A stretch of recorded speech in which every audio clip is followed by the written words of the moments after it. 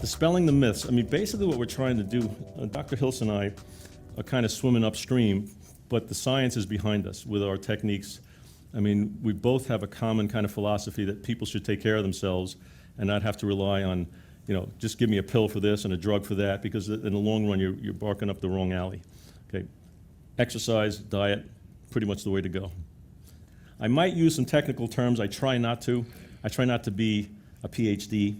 I want you to understand this stuff on a kind of a simple level. So if I use a technical term, I'll try to use a synonym that makes it easy to understand. It shouldn't be that complex. And again, I understand it's not your field, and some of the terms that we use commonly you're not familiar with, just like I'm not familiar with some technical terms. And after this, just to announce, we have a demo of the actual exercise system. We're going to go over the fitness center, which is a couple hundred feet away, if you want to stay for that. Here's some of the issues. Change is different, okay? You'll see that if you're doing the same things you're doing now, nothing's going to change, okay? So if you want to change something, you have to do something different. Exercise versus activity. Unfortunately, a lot of information that's out there about how you should be active and this like that is very confusing. Planting tomatoes, walking in the mall is the same thing as climbing a mountain or running, doing a triathlon. It's not the case, and we'll explain why. Fat is skinny, okay? Here's my little parable that I tell. I forgot to tell us before every seminar. There's an old guy on the side of the road digging a ditch with his hands, on his hands and knees, and he's bleeding from the knees and his fingers. He's got a big pile of dirt. You go by, say, geez, the poor guy. And you give him a brand new pick and shovel. And you say, wow, I've saved this guy. I'm his savior. You turn around and walk away, and he hits you in the back of the head with the shovel. Because you've just now shown him the error of his ways. This guy, I've been doing this for so many years, and now some of the stuff we're going to present to you is stuff that you haven't learned. We weren't taught in medical school and graduate school, but this is what the science and the real objective evidence shows. We're not selling anything. We're kind of relaying some information that we think is pertinent for you. Less is more when it comes to exercise. People get really enthused when they start and they do more and more and more, and it's not more exercise, it's the right kind of exercise. In fact, if you do the right kind of exercise, more is less. You cannot do the right kind of exercise for a very long period of time and very often. The same can always be new. People say to me, well, how long have you been doing this routine and how much do you exercise? Well, I say I exercise formally twice a week for about 14 minutes. Been doing that for over 40 years, that particular routine, okay? And nobody believes me. I say, well, then come and see what I do and you'll see what's going on. And they say, what exercises? Do you change your exercises so you can do this muscle confusion, which you hear on TV? Well, that's just a bunch of crap. And I say, I do the same exercises I did 40 years ago. And they say, why? I say, because I have the same muscles I had 40 years ago with the same functions. When that changes, then maybe I'll change my routine. 60 is not 4 times 15. Our sessions take 15 minutes, pretty much to the dot. Some people can do them a little quicker.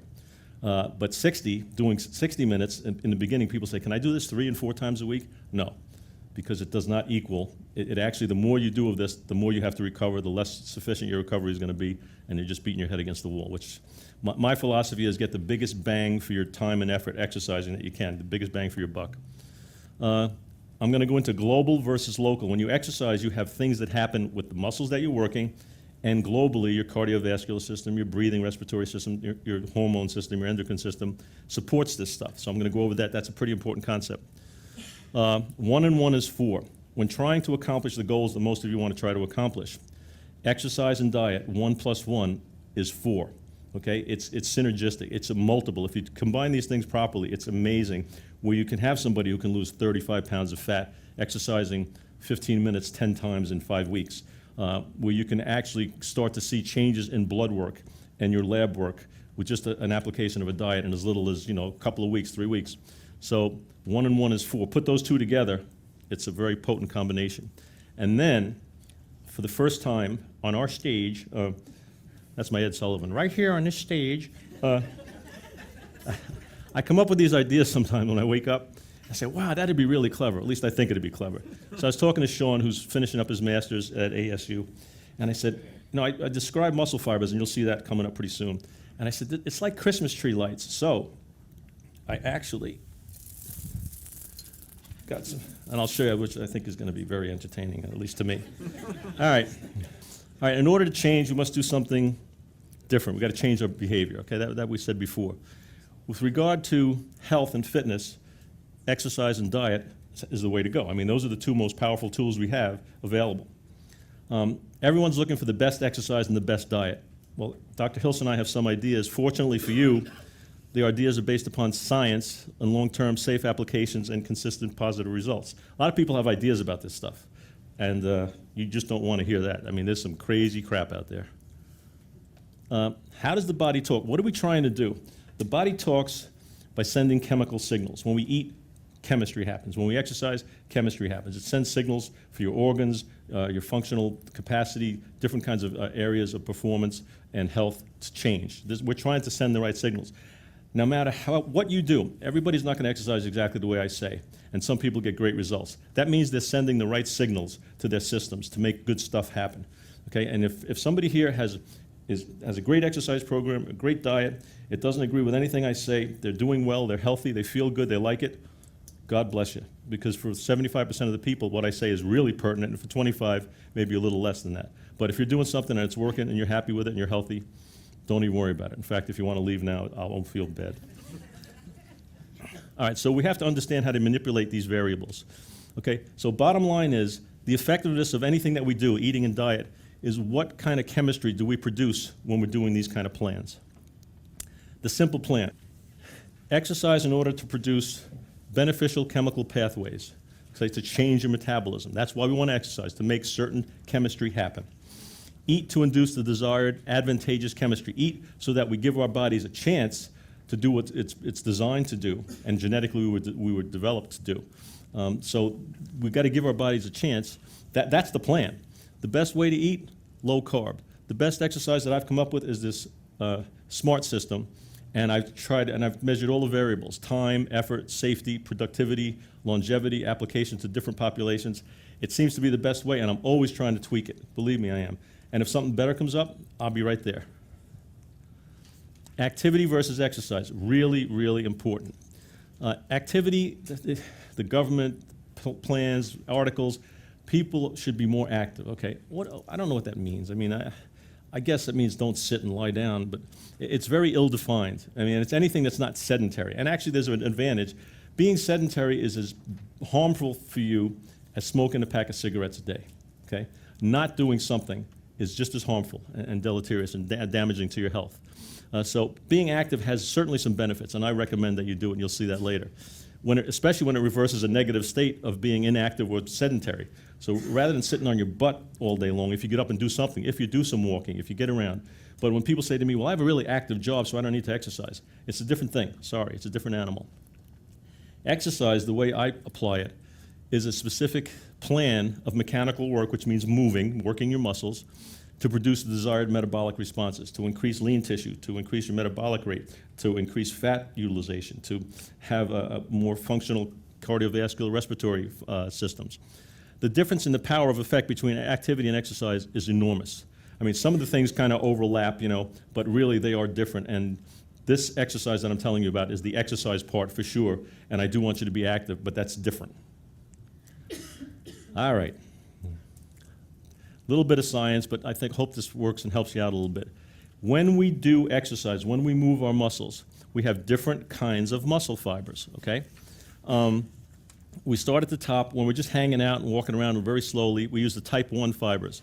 They burn available fuel, which is fat, called oxidative, so they use the most oxygen. They call them aerobic kind of fibers, have great endurance and very little strength. So if we go up the ladder and want to do something a little more progressively demanding, then we have to go to the type 2A fibers. And in humans, this is orderly recruitment. Whenever these fibers are working as hard as they can and we have to work harder, then these fibers have to kick in. These still have to work as hard as they can. And we go to the next step where now we start to run at a pretty good pace, okay? This becomes a lesser of an endurance and a more of a strength kind of capacity.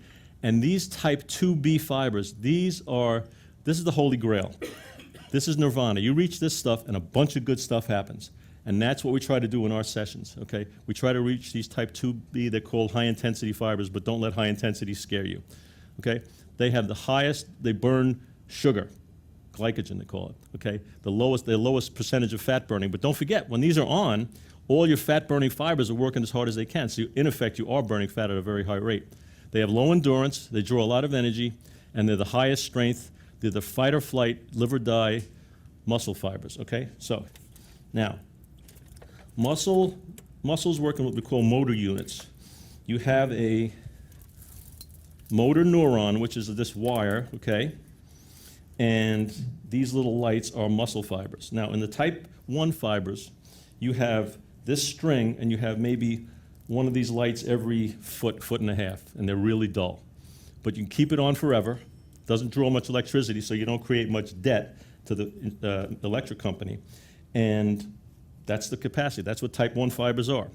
If I want more light, I want to light my place up a little more, I go to type 2 fibers, okay? So they have a little more lights per square. When this motor unit turns on a lot of lights, and in the case of motor units, the nerve, the motor neuron, they call it, triggers muscle fibers. So in the type 2 fibers, sorry, down one, we have some more light, and it's a little more energy demanding, but you can still keep them on a long time without having a real big electric bill.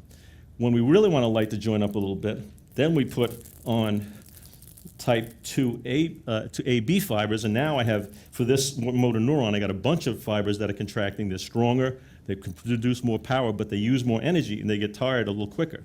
If I want to light the bejesus out of my house and the whole neighborhood, okay, I go to type 2B fibers, and then you've got flashing lights and neon, a huge draw on my electric bill, but the biggest bang for my buck if I want to put on a show and a light show. So as we work up the strata, or down on in that case, that's the difference in muscle fibers. Now, each one of those fiber groups, each one of these electric light deals, have different energy levels that they use, and they also have different metabolites. They produce different chemistry.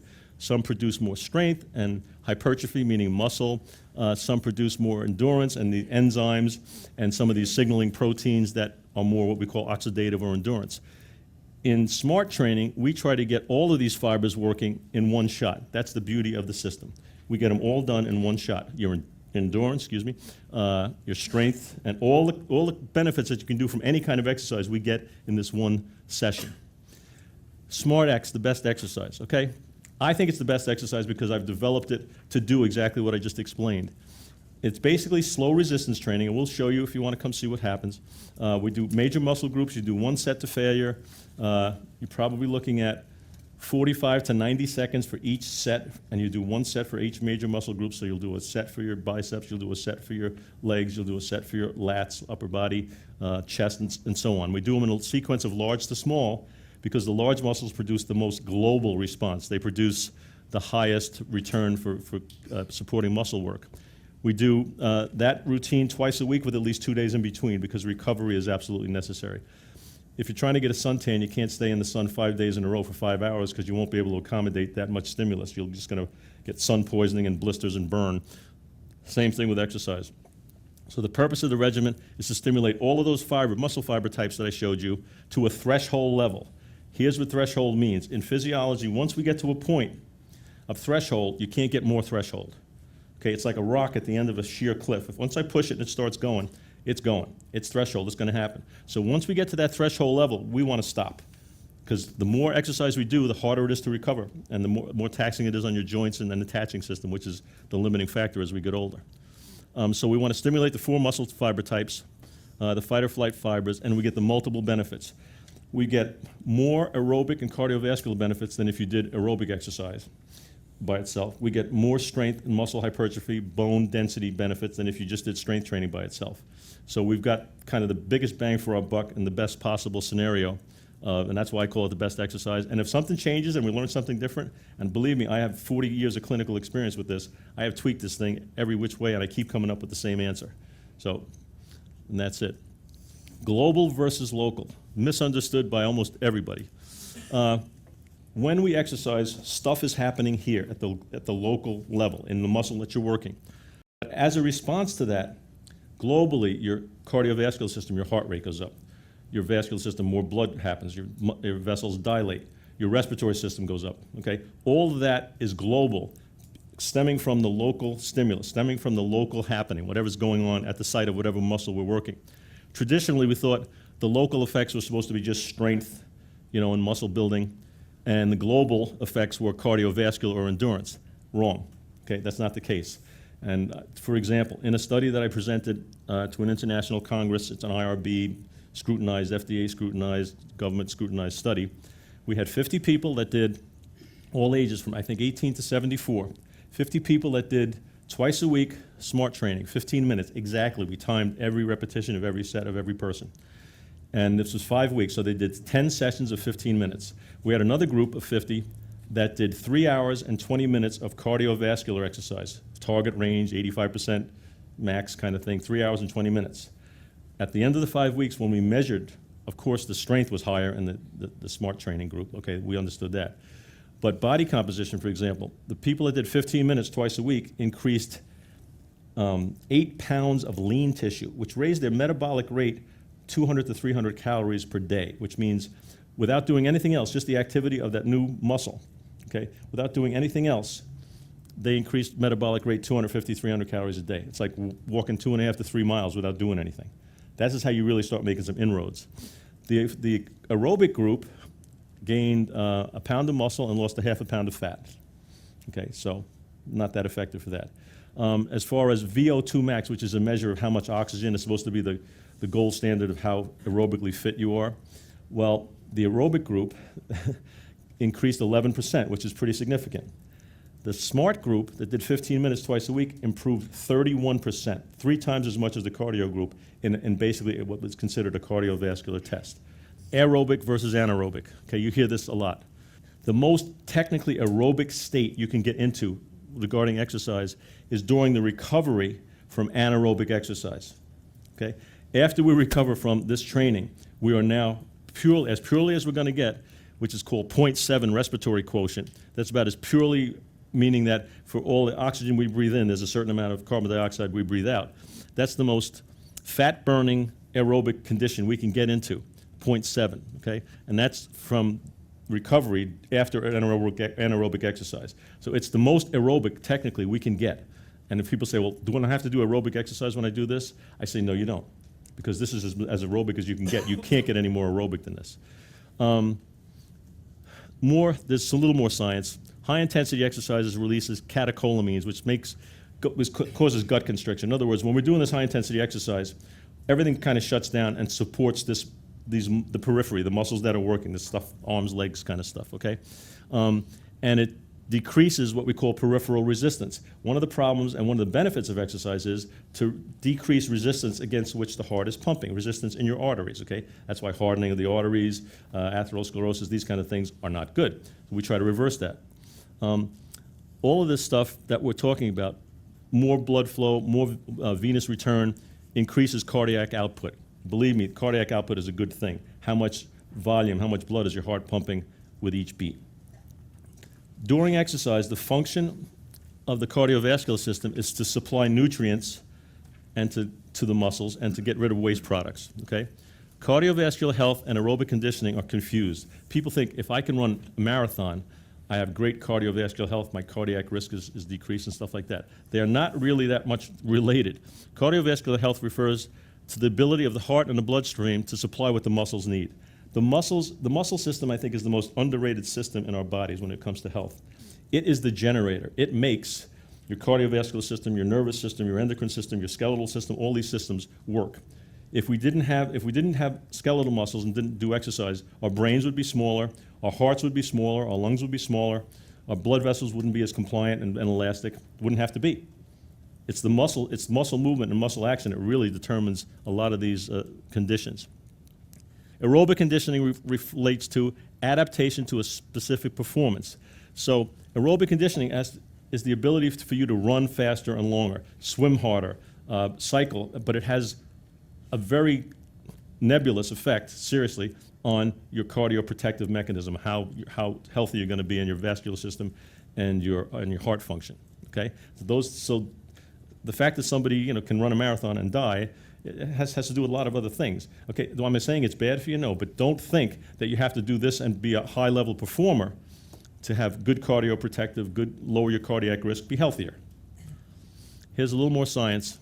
It was thought when I was going to school and even up till now probably, that resistance training causes peripheral vascular resistance. In other words, when you're doing exercise, high intensity, what we call high intensity exercise, which is a little misnomer anyway, but that you're shutting off blood flow.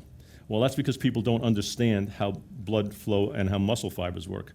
When you're doing an exercise, people would think, well, you want to do pumping exercise because that pumps blood back. But when you contract a muscle, even in a very slow method like we do, the muscle fibers, those little Christmas tree lights, are firing like crazy. They are producing pumping. They are increasing, flow. They're also making the blood vessels dilate, get bigger, so we have less. We're making the hose bigger, that the blood flows through, and we're decreasing resistance. We're unleashing pressure because we're returning blood back to the heart, basically. So resistance training actually causes more venous return. When you're in this kind of diastolic, systolic, diastolic blood pressure, well, the diastolic is basically your veins squeezing, sending blood back to your heart. And muscle action helps that happen. So you get more venous return, which is really a healthy thing. You have decreased peripheral resistance, and what we call end diastolic pressure is increased. So for my students here and my docs, so there's more blood going to that heart to fill, to pump back out. And it also, interestingly enough, and not many people know this, there's a relaxation phase. When you have an EKG, you have a contraction and a contraction, but there's a relaxation phase in that. And the backwash from that is during a relaxation actually feeds the coronary arteries, your heart arteries, the ones that get blocked with 99% blockage and you need surgery. The backwash during this kind of high-intensity exercise actually promotes blood flow to those specific coronary arteries so that they won't get blocked and they're more healthy. In my research, I've done stuff with inflammation, inflammatory diseases, performance, health, lean body programs. The recurrent theme that I come across is taxing those type 2B fibers, the Christmas lights that go like crazy, neon and all that, If we do that, when I look at diabetes studies, when I look at arthritis studies, when I look at cardiovascular studies, when I look at metabolic rate studies, they keep coming up, type 2B fibers, That's what we're trying to get to, and that's why in the SMART program we go to muscle failure. We try to get that kind of chemistry happening. There's an adrenaline response that releases free fatty acids and hormone-sensitive lipase. I'm going to give you a little deal on fat so people can understand this. Constantly in our bodies, there's a cycle of fat.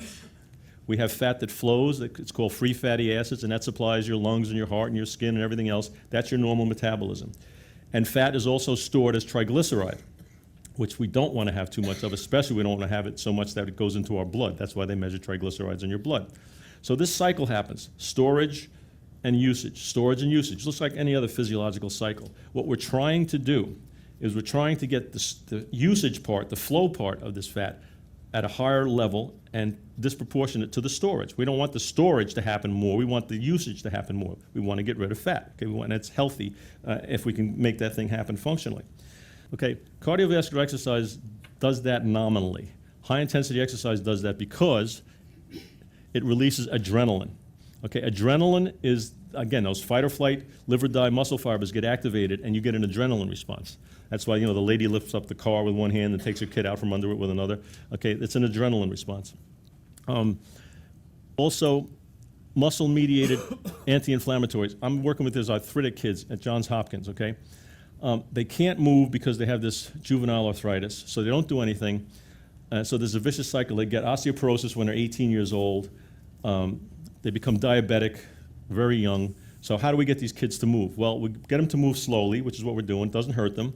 And they're producing these kind of signaling proteins, this IL-6 is interleukin-6, that actually produces an anti-inflammatory response. So think about it. When we exercise, we produce a little bit of upheaval, a little bit of inflammation here, A reasonable system, when it senses this, there's some inflammation going on, your global system produces an anti-inflammatory response. That's why rheumatoid people, arthritic people, when they do something and move, which sounds like pouring gasoline on a fire, actually feel better. Now we know why. We produce these signaling proteins, so that's another thing that we do when we do our system. When we have glycogen depletion, it improves protein uptake, so we get more muscle and more bone density, and increases insulin sensitivity, and Dr. Hills will go into that and explain that. Produces norepinephrine and dopamine. This is interesting. Increased norepinephrine and dopamine enhance brain function. Norepinephrine is a neurotransmitter that sends a stronger signal. Dopamine takes out the white noise. It makes the nerve impulse more clear. It makes the transmission to the brain more clear. Kids that have ADHD have lesser levels of that. And if we can increase those levels, we can increase test scores, we can increase attention span, we can increase all kinds of things. And lastly, glycogen depletion has a cardioprotective effect because it increases our ability to increase our VO2 max or deliver oxygen when we do exercises that actually deplete this glycogen. All right. Right now, I'm announcing this for the first time to the world. Here's my deal. Okay, I've got some books up here that are wonderful books. Okay, very good friend of mine, award-winning science writer. Good Calories, Bad Calories. Pretty large book. He said, why we get fat and what to do about it is the idiots, idiot's version of the Good Calories, Bad Calories. In any case, good friend of mine, guy's an exerciser, and in his book he says, which is a little controversial, he says, eating low carbs is what works for you, and I agree with all of that. But he says exercise has not been shown to be effective in weight loss. And he's actually right. Because in the studies where they measure exercise, they measure aerobic exercise. And it has very little to do with burning fat, okay, decreasing body fat. And here is why I think, and I've come up with this is one of my, you wake up and I found this out or I felt it. My hypothesis is that aerobic exercises uses fat that's in circulation. Remember I told you have circulating fat and you have stored fat. So this is constantly happening. So when you start to do aerobic exercise, which is lower level, those lower muscle fibers that I was talking about kind of exercise, walking, jogging, stuff like that, your body draws from that cycle of fat that's circulating and uses it. So Gary says in his book that exercise just makes you tired and hungry. So you slow down your metabolism and you eat more. Well, he may be right because he's not selling anything. He's a pretty objective guy. I think you're tired and hungry from exercise if you do aerobic exercise because you're using that fat that's normally circulating that goes to your lungs and your heart and your liver, and okay, I think you're drawing from that. You're actually just using it. So you have now a deficit. When you get done, your body says, hey, I don't have enough energy to do my regular metabolism stuff, so slow down and eat, okay? However, anaerobic exercise, those type 2B fibers, that stuff I was talking about, draws fat out of storage because of the adrenaline response. And there's a whole bunch of cascading metabolism. There's a bunch of stuff that happens, okay, once that adrenaline happens. And you look at these pathways, and it's undeniable physiology, chemistry, okay? I didn't make it up, I don't sell it. This is what happens. Because of that adrenaline response, okay, it draws fat out of circulation, out of storage. And now we have plenty of energy. In fact, we might sometimes have too much energy. And if you don't think adrenaline has a serious effect on eating and activity, we don't become tired and hungry because effectively we're on crack. Okay, have you ever seen a crack addict has enormous adrenaline response? Those people can't sit still. They're always moving, so they ain't sedentary, okay? And they're never hungry. And they burn fat like crazy, okay? A little bit of a gross analogy, but you get the point. Adrenaline makes us healthy crack addicts. It's legal. All right. People ask me, what's the ideal plan? If you had nothing better to do, which I really don't, what would you do for exercise and activity, all right? The SMART training that we're going to show you, the twice a week high-intensity stuff, that's mandatory, okay? Advised is that you do some cardio. Now, I don't advise you do cardio where you're running up and down, squaw peak, and falling on the ground, unless you're training for something. But that kind of cardio, and I consider walking and bicycling, stuff like that, I really advise it. And a lot of my followers kind of in slow training, and by the way, latest estimate is that there are 1 million people around the world that use slow resistance training now. So my mother would be very proud. She didn't know what I did for the first 20 years. But anyway, it's kind of cool. But and they say, no, you just, you do once or twice a week, you do the training, and they said, then lie in a coffin. They want you to just recover. I mean, to me, that's just goofy. So that's your activity kind of stuff, some cardio. I suggest that you do some flexibility, some stretching. Okay, I really think, especially as you get older, but when you're younger, it's so much easier to maintain, a good level of flexibility, and it's functional. You get out of the car easier, you get out of bed easier, you do a lot of stuff with less stress and wear and tear. Okay, so flexibility, even if it's I do 5-6 minutes in the morning, 6-7 minutes at night. That's just part of my routine. And then optionally, recreational stuff. You want to hike, you want to do stuff. I mean, there's so many benefits psychologically to this stuff and also physiologically. But I mean, this is kind of the order in which, and if somebody says they don't have enough time to exercise, I say, if you don't have 2 times a week, 15 minutes, then we're in trouble, okay? The 3 reasons people don't exercise. I don't have enough time, I'm afraid I'm gonna get hurt, I don't get any results. 15 minutes twice a week. There's the time. I'm afraid I'm going to get hurt. 40 years of training, world-class athletes, rehab patients, and everybody in between. Nobody's gotten hurt. I've hurt a couple of guys' feelings because I beat them into the ground when they asked me to, but nobody gotten physically hurt. And as far as returns on your effort, within 3 weeks we can measure, and within maybe 4 or 5 exercise sessions you can actually see a difference. And that's I can show you probably a couple hundred case studies over in the fitness center. Okay, this is a little bit, I'm being a little cute, here. Exercise can and diet can't. Increased metabolic rate. So, believe me, diet is absolutely important. Without diet, this stuff is a slow process and probably isn't going to work that well. But exercise can increase metabolic rate, increase cardiovascular function, increase it. Acutely change your brain chemistry. Really, really important. Great book. Spark. Dr. Ete, a psychiatrist from Harvard, on the effectiveness of exercise on the brain function. Kids that do 20, 30 minutes of exercise before the SATs score a standard deviation higher than kids that don't. In a high school in Naperville, where they got these kids, it's outside of Chicago, these kids were upper middle class kind of school and ranked about 16th in the world standards for math and science. After a year of real exercise, not just PE, kick the ball out, dribble around, okay? Real exercise measured, came out number 1 in the world in science and number 4 or 5 in the world in math. There's study after study that shows exercise, and the higher intensity, the more we get these neurotransmitters, good stuff happening. Offsetting, Duke study, offsetting depression as well as Zoloft, anxiety, Alzheimer's, interesting. Okay, if you can reduce plaque in your heart, you can certainly reduce it in your brain. It's the same function, basically. Magnify the fat release, remember the crack thing. Increase growth factors. There are signals that you send out, these proteins that make cells regenerate. That's really what youthful metabolism is about, increasing growth factors, keeping that kind of a level up. Build muscle and bone. Most of my gals, not most, but very, very many of my gals that come in 50s and 60s on Fosamax after 6 months don't have to use it. We build bone. When you build muscle, skeletal muscle, you build bone appropriately, accordingly.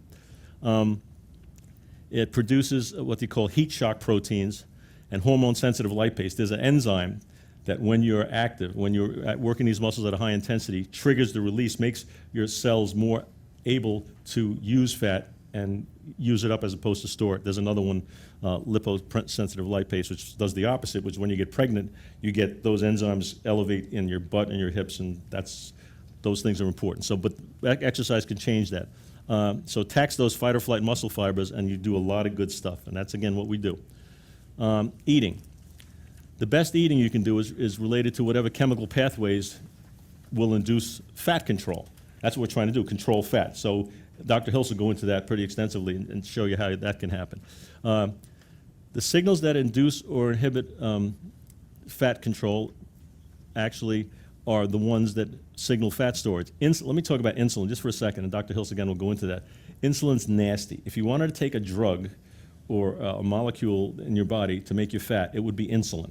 Okay, so we try to do everything in our eating to reduce insulin, which means that we want to eat low carbs. Okay, there's no question about it. Carbohydrates primarily induce insulin response. So you eat carbs, you get an insulin response. You get an insulin response, and it limits fat usage and drives fat storage. Therefore, limiting carbohydrates reduces fat storage. I can't say it any more simply than that. Thank you.